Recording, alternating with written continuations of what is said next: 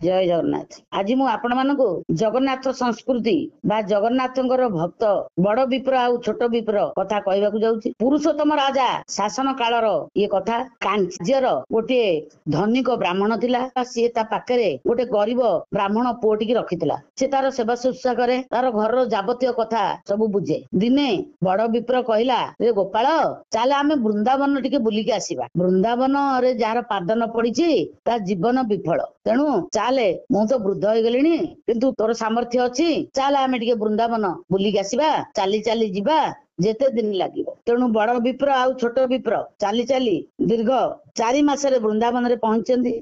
वृंदावन रे गोटे मठ रे रहिचंदी, जो मठ पाखरे राधा गोपाल मठ अवस्थित। से सबुदिने जाती राधा गोपाल को दर्शन करती, बांक बिहारी की दर्शन करती, गोवर्धन परिक्रमा करती, अति आनंद रे वृंदावन रे रहिबाकू लागिचंती। इत्यवसरे बड़ विप्रर देह असुस्थ हो जाइछि। ई छोट विप्रटी तांकर जाबतीय सेवा शुश्रूषा करछंती। बड़ विप्र छोट विप्र उपरे अत्यंत संतुष्ट हो जाइछंती। कहिछंती, गोपाल तते मु कोन देबी? देखे जदि देबी मु आत्म भितरु कहूछि, केबे हेले मु कथा उड़ीबिनी कि कहवा कथा को केबे हेले मु काटिबिनी। तते मोर अली अली झियो को तते विवाह करिबी, तते मु घरे रखिबी। आज्ञा आपण ए कथा कहउचंती जे पछरे आउ मना करिवेनी तो?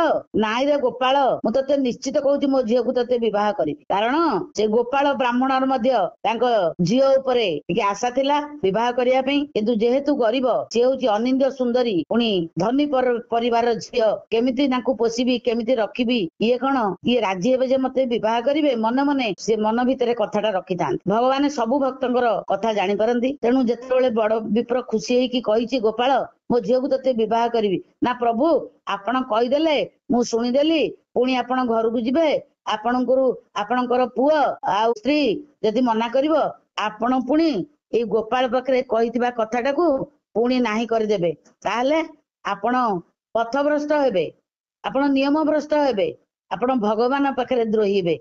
नाई रे गोपाल, मु निश्चित तते विवाह करिबी। एई गोपाल रहिले मोर साखी, मु राधा गोपाल को साखी करि जाउची, तो ना गोपाल तते मो झियो को देबी। गोपाल मन मने भगवान को बहुत धन्यवाद जणाइछि। अंतर भितरु बहुत खुशी हो जाइछि, हे प्रभु तुमे जगतर कर्ता, समस्तंकर मन भाव जानि पार। तेणु आज मोर मनस्कामना तुमे पूर्ण करबाकू जाउछ। जहा भी हो ब्राह्मण तो राजी हे गले तांको कन्या को मते देबे बोली खुशी हेकरी वृंदावन रे किछि दिन रहिकी पुणी घर को फेरिचंदी। तांको घर होछि कांची, मु आगुरु कहिछि कांचीर विद्यानगर। किछि दिन परे गोपाल विप्र तांको घरे रहिछि। ये प्रस्ताव पकेइचंदी, बड़ विप्र घरे कहिचंदी, देख मु वृंदावन रे राधा गोपाल पाखरे शपथ करिक आसीची, मोर जीवन ये बंचैची, मते बहुत सेवा शुश्रूषा करिची, मो झियो को ताकू मु कन्यादान देबी। एई समय पुओ गर्जन करि उठिची, तुमे आउ बर पाइलनी, गोटे भिकारी हाथ में मो भौणी की दब। स्त्री भी बहुत कथा कही, ना ना केबे हेले ये गोटे भिकारीटे गरीबटे आम अर्णरे परिपालित होउची, तमे ताकू मो झियो दब, तमे सी मो झियो को पोषी पारिब। मो झियो केते अली अली बढ़ी, केते तार कौन सी कथा आमे अभाव करनु, गोटे गरीब हाथ में मो झियो को तमे टेकी दब, एटा केबे हेई पारिबनी। ब्राह्मण तो वृद्ध हो जाइछंती, कोन करिवे? आ स्त्री कथा पुओ कथा को कोन अवमानना करिवे, कोन कहिवे?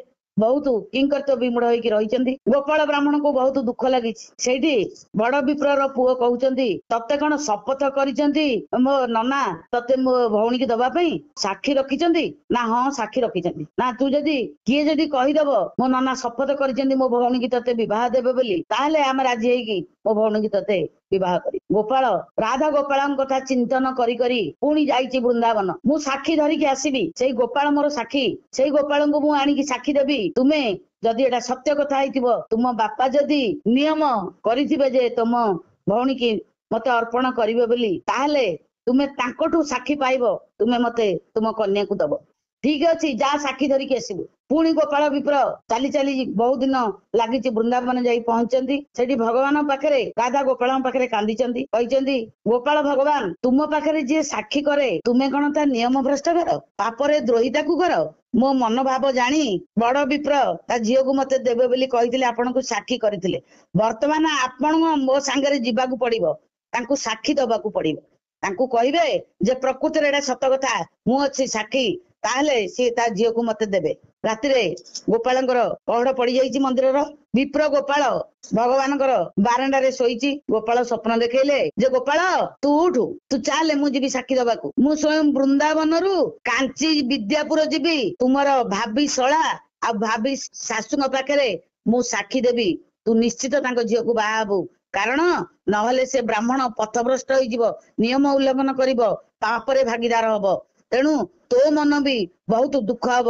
ତୋ ମନ କେତେ ଆନନ୍ଦରେ ପୁରୀ ଯାଇଛି ତୁ ତାଙ୍କ ଝିଅକୁ ବାହା ହବୁ ବୋଲି ମୁଁ ତତେ ନିଶ୍ଚିତ କରେଇବି। କାରଣ ମୋ ପାଖେ ଯିଏ ସାକ୍ଷୀ କରେ, ମତେ ଯିଏ ସାକ୍ଷୀ ରଖେ, ମୁଁ ତା କଥା କେବେ ହେଲେ ଭ୍ରଷ୍ଟ କରେ ନାହିଁ। କିନ୍ତୁ ଗୋଟିଏ କଥା ଗୋପାଳ, ମୁଁ ଗୋପାଳ ଭଗବାନ ଘୁଙ୍ଗୁର ପିନ୍ଧିଛି, ରୁଣୁ ଝୁଣୁ ଶବ୍ଦ ହବ, ମୁଁ ଚାଲି ଚାଲି ତୋ ପଛରେ ଯାଉଥିବି। ଯେତେ ଦିନ ଲାଗିବ ତୁ ଚାଲୁଥିବୁ, ମୁଁ ଯାଉଥିବି। ତୁ ମତେ ବାଟରେ ରହିକିରି ଗୋଟେ ହାଣ୍ଡିରେ ରୋଷେଇ କରିକି ଦଉଥିବୁ, ପୂଜା ଲଗଉଥିବୁ, କିନ୍ତୁ ଝୁଣୁ ଝୁଣୁ ଶବ୍ଦ ମୁଁ କରୁଥିବି। କେତେବେଳେ ହେଲେ ତୁ ପଛକୁ ଫେରିକି ଚାହିଁବୁନି। ଯୋଉଠି ପଛକୁ ଫେରିକି ଚାହିଁବୁ ସେଠି ମୁଁ ରହିଯିବି। ତେଣୁ ଏଇଭଳି ହେଇଛି। ଗୋପାଳ ବିପ୍ର ବୃନ୍ଦାବନରୁ ଗୋପାଳ ଭଗବାନଙ୍କୁ ଧରିକି ଆସୁଛନ୍ତି। ଭଗବାନ ରୁମ୍ ଝୁମ୍ ଶବ୍ଦ କରି ପାଦ ପକେଇ ଚାଲିଛନ୍ତି। ଗୋପାଳ ବିପ୍ର ଆଉ ପଛକୁ ଚାହୁଁନି, କାରଣ ଭଗବାନ ସର୍ତ୍ତ କରିଛନ୍ତି, ତୁ ଯଦି ପଛକୁ ଚାହିଁବୁ, ଯୋଉଠି ଚାହିଁବୁ ସେଠି ମୁଁ ରହିଯିବି। ସେଇ କଥା ହେଇଛି। କାଞ୍ଚିରେ ପହଞ୍ଚିବାର ଆଉ ଅଳ୍ପ ବାଟ ଅଛି। ବାଲି କୁଦ ପଡିଲା। ବାଲି କୁଦରେ ଗୋପାଳ ଭଗବାନଙ୍କର ଘୁଙ୍ଗୁରରେ ବାଲି ପଶି ଆଉ ବାଜିଲାନି। ଗୋପାଳ ବିପ୍ର ଭାବିଲା ଭଗବାନ ମତେ ଠକିକିରି କଣ ପଳେଇଲେ କି, ଆଉ ସାକ୍ଷୀ ଦେବେ କଣ, ମୁଁ ବିବାହ ହେବି କଣ, କହିକି ପଛକୁ ଫେରି ଚାହିଁଲା। ଦେଖିଲା ବେଳକୁ ପ୍ରକୃତିରେ ଗୋପାଳ ଆସୁଛନ୍ତି, ତାଙ୍କ ଗୋଡ ବାଲିରେ ବୁଡି ଯାଇଛି। ବହୁତ ମନ ଦୁଃଖ କରିଛି। ତଥାପି ଭଗବାନ କହିଛନ୍ତି ତୁ ଯା, ତାଙ୍କୁ ଡାକି ଆଣିବୁ, ମୁଁ ଏଇଠି ସାକ୍ଷୀ ଦେବି। ପୁଣି ଚାଲି ଚାଲି ଯାଇଛି କାଞ୍ଚି ବିଦ୍ୟାନଗର। ତାଙ୍କର ସପରିବାର ଗାଁର ବିଭିନ୍ନ ଭଦ୍ରଲୋକଙ୍କୁ ଧରିକି ଗୋପାଳ ବିପ୍ର ଆସିଛି। କହିଛନ୍ତି ଇଏ ମୋର ସାକ୍ଷୀ, ଇଏ ହଉଛନ୍ତି ଗୋପାଳ, ତେଣୁ ତୁମେ ତାଙ୍କୁ ପଚାର, ସିଏ ତାଙ୍କ ମନ୍ଦିର ଭିତରେ ତାଙ୍କ କନ୍ୟାକୁ ମୋ ହାତରେ ଟେକିଦେବେ ବୋଲି କହିଛନ୍ତି ନା ନାଇଁ। ସେଇ ସମୟରେ ଆକାଶବାଣୀ ହେଇଛି, ଏଟା ସତ୍ୟ ସତ୍ୟ ତ୍ରିବାର ସତ୍ୟ, ତୁମର ବାପାକୁ, ତୁମର ସ୍ୱାମୀ କି ତୁମେ କାହିଁକି ପଥଭ୍ରଷ୍ଟ କରୁଛ, କାହିଁକି ନିୟମ ଉଲ୍ଲଂଘନ ତାକୁ କରଉଛ, ସେ ପାପରେ ଭାଗି ହେବେ। ତାଙ୍କ କନ୍ୟାକୁ ଏ ଗୋପାଳ ବିପ୍ରକୁ ଦବାକୁ ସେ କହିଛନ୍ତି। ମୁଁ ତାର ନିର୍ଯାସ ସାକ୍ଷୀ। ତେଣୁ ସମସ୍ତେ ହତବାକ ହେଇଯାଇଛନ୍ତି। ଛୋଟା ବିପ୍ରକୁ ତାଙ୍କ ଘରେ ଜାକ ଜମକରେ କନ୍ୟାକୁ ଦେଇଛନ୍ତି। ତାଙ୍କର ସବୁ ସୁବିଧା କରିଦେଇଛନ୍ତି। ଛୋଟା ବିପ୍ର ବଡ ବିପ୍ରର କନ୍ୟାକୁ ବିବାହ କରି ଆନନ୍ଦରେ ରହିଛନ୍ତି। କିଛି ଦିନ ପରେ ପୁରୀରେ ପୁରୁଷୋତ୍ତମ ଦେବଙ୍କର ରାଜୁତି ଚାଲିଥାଏ। ପୁରୁଷୋତ୍ତମ ଦେବ କାଞ୍ଚି ବୁଲି ଯାଇଥିଲେ। କାଞ୍ଚିର ରାଜା ପଦ୍ମାବତୀ କି ସେ ଦେଖିଛନ୍ତି। କାରଣ ରାଜା ରାଜାକୁ ତ ନିଶ୍ଚିତ ଅଭ୍ୟର୍ଥନା ଜଣେଇବ। କାଞ୍ଚି ରାଜା ଇଏ ପୁରୀ ରାଜା ପୁରୁଷୋତ୍ତମ ଦେବକୁ ନେଇ ଅଭ୍ୟର୍ଥନା ଜଣାଇଛନ୍ତି। ଆନନ୍ଦରେ ଅତିଥିଶାଳାରେ ରଖି ତାଙ୍କର ସେବା ଶୁଶ୍ରୂଷା କରିଛନ୍ତି। ସେଇ ସମୟରେ ପଦ୍ମାବତୀ ଆସିଛି, ଇଏ ପୁରୀର ପୁରୁଷୋତ୍ତମ ରାଜା କେମିତି ଦେଖିବାକୁ କହି ପଦ୍ମାବତୀ ଆସି ଯେତେବେଳେ ଦେଖିଛନ୍ତି ପୁରୀ ରାଜାଙ୍କୁ, ପୁରୁଷୋତ୍ତମ ଦେବଙ୍କୁ, ସିଏ ମଧ୍ୟ ବିମୋହିତ ହେଇଯାଇଛନ୍ତି। ଆହା, ମୁଁ ଆଙ୍କୁ ବିବାହ କରନ୍ତି କି? ଇଏ ବି ଦେଖିଛନ୍ତି ମୁଁ କିନ୍ତୁ ପଦ୍ମାବତୀ କି ବିବାହ କରନ୍ତି କି? ତେଣୁ କାଞ୍ଚି ରାଜା କହିଲେ ହଉ ଚାଲ, ଝିଅ ଦବା ପୂର୍ବରୁ ତ ପୁଣି ଘର ଦୁଆର ଦେଖିବା କଥା। ମୁଁ ପୁରୀ ଯିବି, ଆଉ ଆପଣଙ୍କ ଘର ଦୁଆର ଦେଖିକି ମୋ ଝିଅ ପଦ୍ମାବତୀ କି ଆପଣଙ୍କ ହାତରେ ଟେକିଦେବି। କିଛି ଦିନ ରହି ପୁରୁଷୋତ୍ତମ ଦେବ ପୁରୀ କି ଫେରି ଆସିଛନ୍ତି। ଯୋଉଦିନ ରଥଯାତ୍ରା ସେଇଦିନ ଚଳନ୍ତି ପ୍ରତିମା ଜଗନ୍ନାଥ, ଚଳନ୍ତି ପ୍ରତିମା ହଉଛନ୍ତି ପୁରୀ ରାଜା। ହାତରେ ସୁନା ଖଡିକା ଧରି ରଥ ଉପରେ ଛେରା ପହଁରା କରୁଛନ୍ତି। ଏଇ ସମୟରେ କାଞ୍ଚି ରାଜା ଆସିକି ଦେଖିଛନ୍ତି ଏଇଟା ଗୋଟେ ଚଣ୍ଡାଳ, ଏଇଟା ଖଡିକା ଧରିକି ଓଳଉଛି, ମୋ ଝିଅକୁ ଆକୁ ମୁଁ କେବେ ହେଲେ ଦେବିନି। ଆତ୍ମଗର୍ବ ଆସିଛି, ଫେରି ଯାଇଛନ୍ତି। ଖବର ଦେଇଛନ୍ତି ଗୋଟେ ଚଣ୍ଡାଳ ହାତରେ କେବେ ହେଲେ ମୋର ସୁକୁମାର ପଦ୍ମାବତୀକୁ ମୁଁ ଦେବି ନାହିଁ। ପୁରୁଷୋତ୍ତମ ଦେବକୁ ବହୁତ ଅପମାନ ହେଇଛି। ଯାଇଛନ୍ତି ଯୁଦ୍ଧ କରିକି, ଯୁଦ୍ଧରେ ପରାସ୍ତ କାଞ୍ଚି ରାଜାକୁ କରି ଝିଅକୁ ନେଇକି ଆସିବେ। କିନ୍ତୁ ଏ ତ ଭଗବାନଙ୍କର କରି କରାଉଥାଏ ମୁଇଁ, ମୋ ବିନୁ ଅନ୍ୟ ଗତି ନାହିଁ। ଭଗବାନଙ୍କର ଦ୍ଵାରା ସମସ୍ତେ ପରିଚାଳିତ। କାଞ୍ଚି ରଜା ଠାରୁ ପୁରୁଷୋତ୍ତମ ଦେବ ହାରି ଯାଇଛନ୍ତି। ମନ ଦୁଃଖରେ ଫେରିଛନ୍ତି। ଯାଇକି ଜଗନ୍ନାଥଙ୍କୁ କହୁଛନ୍ତି, ହେ ପ୍ରଭୁ, ଏଇଟା କଣ ମୋର ଅପମାନ ଆପଣଙ୍କର ଅପମାନ ନୁହଁ? ମୋର ପରାସ୍ତ କଣ ଆପଣଙ୍କର ପରାସ୍ତ ନୁହଁ? ମୋର ଯୁଦ୍ଧରେ ହାରିବା ଆପଣଙ୍କର ହାରିବା କଣ ନୁହଁ? ଏଥକୁ ଆପଣ ବିଚାର କରନ୍ତୁ। ପୁରୁଷୋତ୍ତମ ରାଜାଙ୍କୁ ଜଗନ୍ନାଥ ସ୍ୱପ୍ନ ଦେଖେଇଛନ୍ତି, ଏ ରାଜା, ତୁମେ ବ୍ୟସ୍ତ କର ହୁଅନି, କାଲି ତୁମେ ଯୁଦ୍ଧ ଅଭିମୁଖେ ଚାଲ କାଞ୍ଚି। ଆମେ ଦୁଇ ଭାଇ କଳା ଘୋଡା ଆଉ ଧଳା ଘୋଡାରେ ଚଢିକି ଯାଉଥିବୁ, ସୈନ୍ୟ ହେଇକି ତୁମର ଯିବୁ।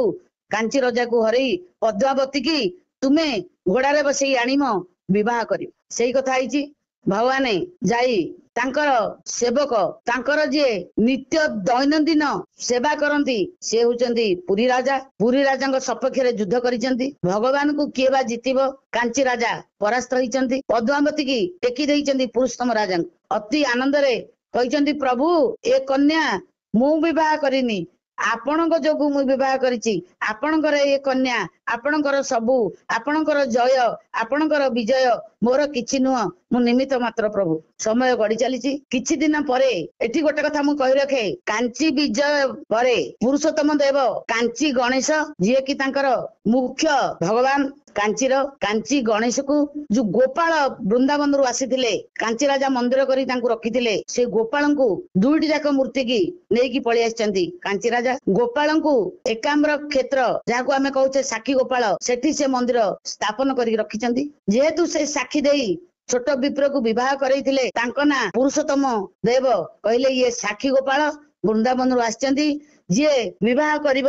ଆମର ଓଡିଆ ଘରେ ଘରେ ଯୋଉ ବିବାହ ହଉଛି, ଆଗ ଆଙ୍କ ପାଖରେ ସାକ୍ଷୀ ଗୁଆ ନଡିଆ ଥୋଇବେ ସମସ୍ତ ସନାତନ ପ୍ରେମୀ। ଆଗ ସାକ୍ଷୀ ଗୋପାଳଙ୍କୁ ଯୋଉ ଆମର ନିର୍ବନ୍ଧ ହୁଏ, ସାକ୍ଷୀ ଗୋପାଳକୁ ସାକ୍ଷୀ କରାଯାଏ। ଆଗରୁ ପ୍ରବାଦ ଅଛି, ଏ ଛୋଟ ବିପ୍ର ଯୋଉ ଆଣିଥିଲା ସାକ୍ଷୀ ଦବା ପାଇଁ, ତେଣୁ ତାଙ୍କ ନାଁ ହେଲା ସାକ୍ଷୀ ଗୋପାଳ। କିଛି ଦିନ ପରେ ରାଣୀ ଗଲେ ସାକ୍ଷୀ ଗୋପାଳକୁ ଦର୍ଶନ କରିବା ପାଇଁ। ଦେଖୁଛନ୍ତି ସବୁ ସୁନ୍ଦର ରେ ବିମଣ୍ଡିତ ହେଇଛନ୍ତି ପ୍ରଭୁ ସାକ୍ଷୀ ଗୋପାଳ, କିନ୍ତୁ ତାଙ୍କ ନାକରେ ନାକ ଗୁଣାଟି ନାହିଁ।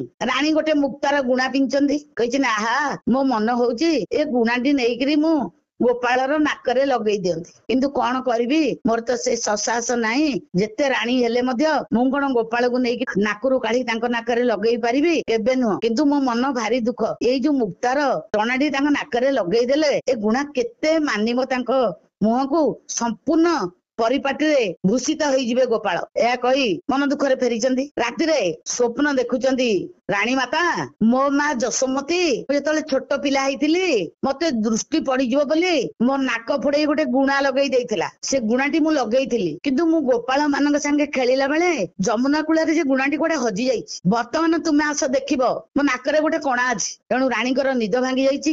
ରଜାଙ୍କୁ କହିଛନ୍ତି, ଆଉ ପୁଣି ସ୍ୱପ୍ନ ଦେଖିଛନ୍ତି ତମ ନାକର ଗୁଣାଟା ହିଁ ମତେ ଦବ, ଅନ୍ୟ ଗୁଣା ତିଆରି କରିବନି। ଦେଖ ଭକ୍ତର ଭଗବାନ, ଭକ୍ତ ଯାହା ମନ ଭିତରେ ଭାବେ ଭଗବାନ ବାଞ୍ଛା କଳ୍ପତରୁ ସବୁ ଜାଣିପାରନ୍ତି। ତେଣୁ ରାଣୀ ଉଠି ରଜାଙ୍କୁ କହି ନାକ ଚଣାକୁ ଭଲକରି ସଫା କରି ନେଇଛନ୍ତି। ପଣ୍ଡା ମାନଙ୍କୁ କହିଛନ୍ତି ଆଜି ଏ ନାକ ଚଣାଟି ପ୍ରଭୁ ଗୋପାଳ ପିନ୍ଧିବେ। ପୁରୁଷୋତ୍ତମ ରାଜା କହିଛନ୍ତି ଏ ନାକ ଚଣା ସ୍ୱୟଂ ରାଣୀ ଗୋପାଳକୁ ପିନ୍ଧେଇବେ, କାରଣ ଗୋପାଳଙ୍କର ଇଏ ଆଦେଶ। ତେଣୁ ରାଣୀ ସେ ନାକ ଚଣାଟିକି ସାକ୍ଷୀ ଗୋପାଳଙ୍କର ନାକରେ ଲଗେଇ ଦେଇଛନ୍ତି। ଅଦ୍ୟାବଧି କୌଣସି ସାକ୍ଷୀ ଗୋପାଳଙ୍କର ଉତ୍ସବ ସମୟରେ ସେ ମୁକ୍ତାର ନାକ ଚଣାକୁ ଭଗବାନ ଗୋପାଳ ପିନ୍ଧିଥିବାର ଦୃଶ୍ୟମାନ ହୁଏ।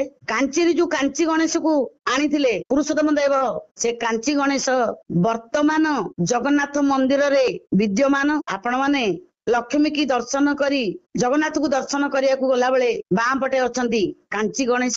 ସମସ୍ତେ ଆପଣ ମାନେ ଦର୍ଶନ କରୁଥିବେ। ସିଏ ଆସିଥିଲା କାଞ୍ଚି ରାଜାଙ୍କ ଦେଶରୁ। ତେଣୁ ବୃନ୍ଦାବନରୁ ଆସିଥିଲେ ସାକ୍ଷୀ ଦବା ପାଇଁ ବ୍ରାହ୍ମଣ ପିଲାକୁ ଗୋପାଳ। ତାଙ୍କ ନାଁ ହେଲା ସାକ୍ଷୀ ଦେଇଥିଲେ ବୋଲି ସାକ୍ଷୀ ଗୋପାଳ।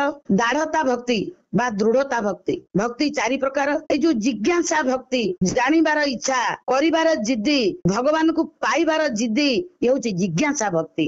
ଯୋଉ ଜିଜ୍ଞାସା ଭକ୍ତି ଦ୍ଵାରା ଭଗବାନ ବୃନ୍ଦାବନରୁ ଗୋପାଳ ଆସି ସାକ୍ଷୀ ଗୋପାଳ ରୂପରେ ବିଦ୍ୟମାନ ହେଇଛନ୍ତି। ସାକ୍ଷୀ ଗୋପାଳ ଏକାମ୍ର କ୍ଷେତ୍ରରେ କାଞ୍ଚିରୁ କାଞ୍ଚି ଗଣେଶ ଆସି ମନ୍ଦିରର ବେଢାରେ ବିଦ୍ୟମାନ ହେଇଛନ୍ତି। ଇଏ ଭଗବାନଙ୍କର ଲୀଳା, ଭଗବାନଙ୍କର ଖେଳା। ସେ ନ ଚାହିଁଲେ ଗୋଟେ ଶୁଖିଲା ପତ୍ର ବି ହଲିବନି। ତୁମେ କିଏ, ଆମେ କିଏ, କେବଳ ଭଗବାନ ହିଁ ସବୁ କିଛି, ଜଗନ୍ନାଥ ହିଁ ସବୁ କିଛି। ବୋଲ ଏକ ସ୍ୱରରେ ବୋଲ ଜୟ ଜଗନ୍ନାଥ, ଜୟ ଜଗନ୍ନାଥ, ଜୟ ଜଗନ୍ନାଥ।